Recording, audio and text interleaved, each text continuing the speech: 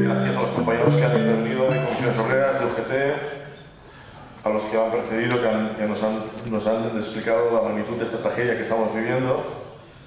Y decir que es un orgullo ver esta sala llena de gente de diferentes partidos, que van desde la socialdemocracia a la izquierda más radical. Y cuando digo radical no lo digo en sentido peyorativo, sino todo lo contrario, de gente que va a la raíz de los problemas. Gente de diferentes sindicatos, de militantes que han respondido tan favorablemente a la invitación a este acto, ¿no? Con el objetivo de debatir el estado actual de esta durísima ofensiva contra los derechos sociales y laborales de los trabajadores y trabajadoras europeos. Y hacerlo en un espacio de debate intersindical, que no es habitual. En la plataforma sabemos lo que cuesta hacer los debates. No es habitual. En un espacio donde también se debatirán profundamente propuestas de diferentes miembros de diferentes partidos, que tampoco es habitual, para poder intercambiar experiencias y puntos de vista de militantes de diferentes organizaciones con el objetivo común de presentar discursos y propuestas de acciones, de resistencias y de lucha comunes. Pensamos desde la organización de esta conferencia que hoy más que nunca las diferentes organizaciones políticas del amplio abanico de las izquierdas, como decía, desde la socialdemocracia a la izquierda radical, estamos perdiendo la batalla, nos están machacando. Pienso que esta mal llamada crisis, mejor esta ofensiva del capital, nos ha sobrepasado y nos está machacando, como decía, como nunca. No hace falta que os repita los datos que ya veremos estos días: 6 millones de parados, más del 50% de la población juvenil en el paro, un 27% de la población del Estado español que está ya en índices de pobreza o en umbrales de pobreza. Y la tendencia es al alza.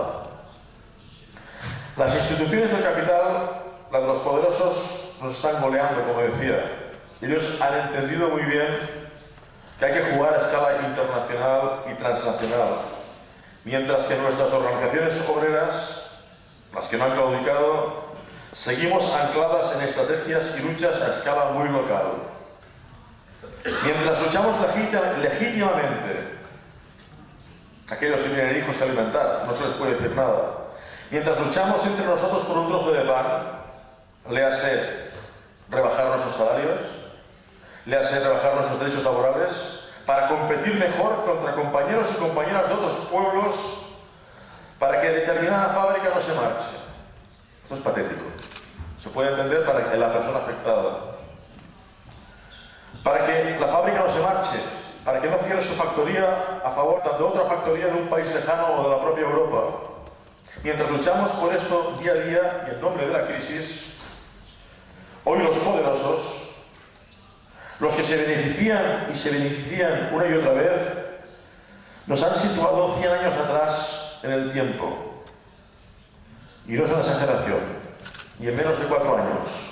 Hemos perdido derechos adquiridos en siglos de luchas. En aquellos pueblos que llegaron a tener algo, nuestro nos costó mucho llegar a tener algo, como el derecho al trabajo para todo el mundo. Un derecho que hoy es un triste chiste de humor negro. Un derecho que hoy mucha gente no tiene y se ha convertido en un privilegio, el estar dentro del llamado mercado laboral.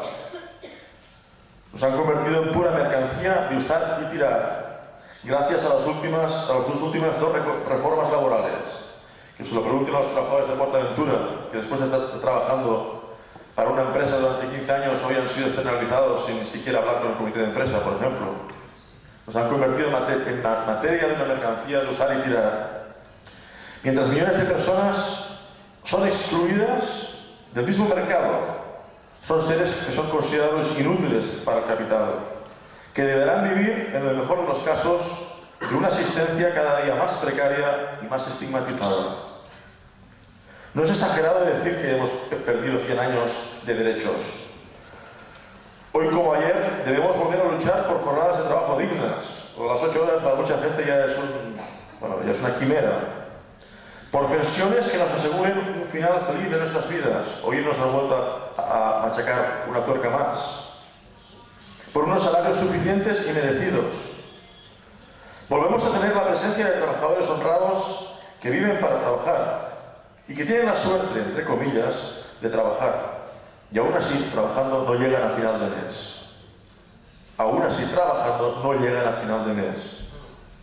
Debemos volver a luchar por una sanidad pública y universal de calidad, por una educación para la igualdad de todas las personas, por una universidad que no sea un coto de ricos. El aumento de taxas y la bajada de becas así va. Por el derecho a seguir cobrando por la enfermedad. Y no hablo de reivindicaciones, como decía, de las primeras décadas del siglo XX, sino de hoy. Debemos volver a luchar por una verdadera democracia. Vivimos en una crisis muy profunda de nuestro sistema democrático, que tanto nos costó, algunos con la vida. Debemos volver a luchar por una democracia que la dictadura se nos ha cargado, una dictadura que ya no hace falta que sea militar. La Troika tiene suficiente poder para dictar las políticas económicas a los diferentes gobiernos de las diferentes naciones. Una llamada de teléfono de los poderosos es suficiente para que en 2 días se cambie la Constitución española. No para garantizar los derechos fundamentales de las personas, no, sino para garantizar la deuda ilegítima a la banca.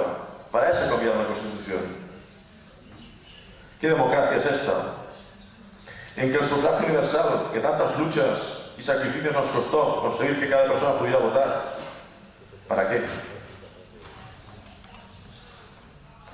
Somos muy críticos con esta Unión Europea tan alejada de la soñada.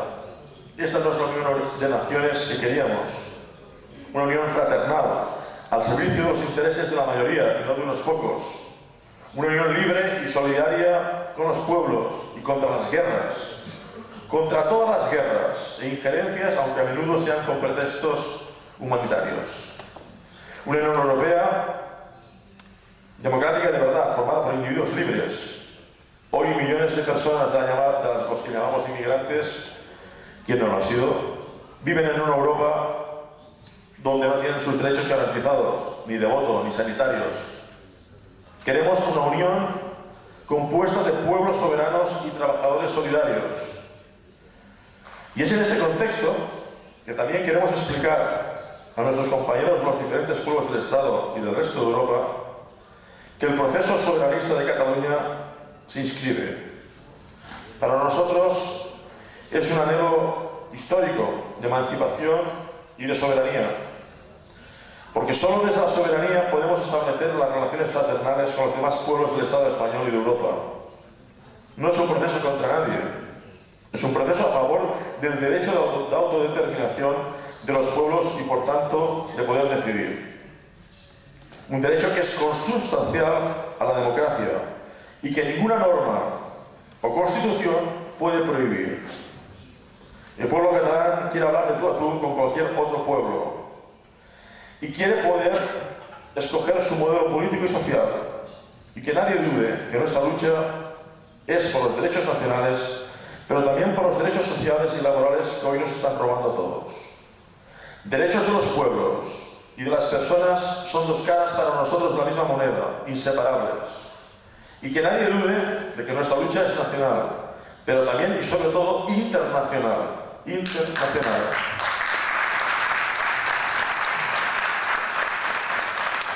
Por eso estamos aquí y por eso estamos orgullosos de tener esta sala llena a una de estas horas.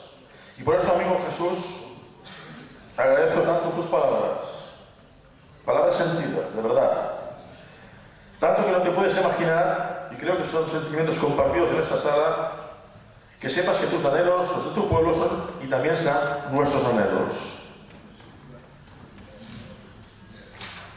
Y si me permites, una broma, todo esto a pesar de las discrepancias futbolísticas, que espero que continúen. Hemos escogido este opio del pueblo y creo que el pueblo, igual que los ricos, también tenemos derecho a agruparnos como queramos. En fin, no estamos aquí para legitimar que nos peleemos, como decía, para ver quién rebaja más sus condiciones de vida, para llevarse la producción de determinado automóvil y quitarles el empleo a nuestros compañeros de clase de otros pueblos, o para ver qué municipio pone más facilidades para que se instale una multinacional o una moderna maquila, llámese Corte Inglés o lo que sea. No, esto es patético, aunque sea comprensible para los afectados.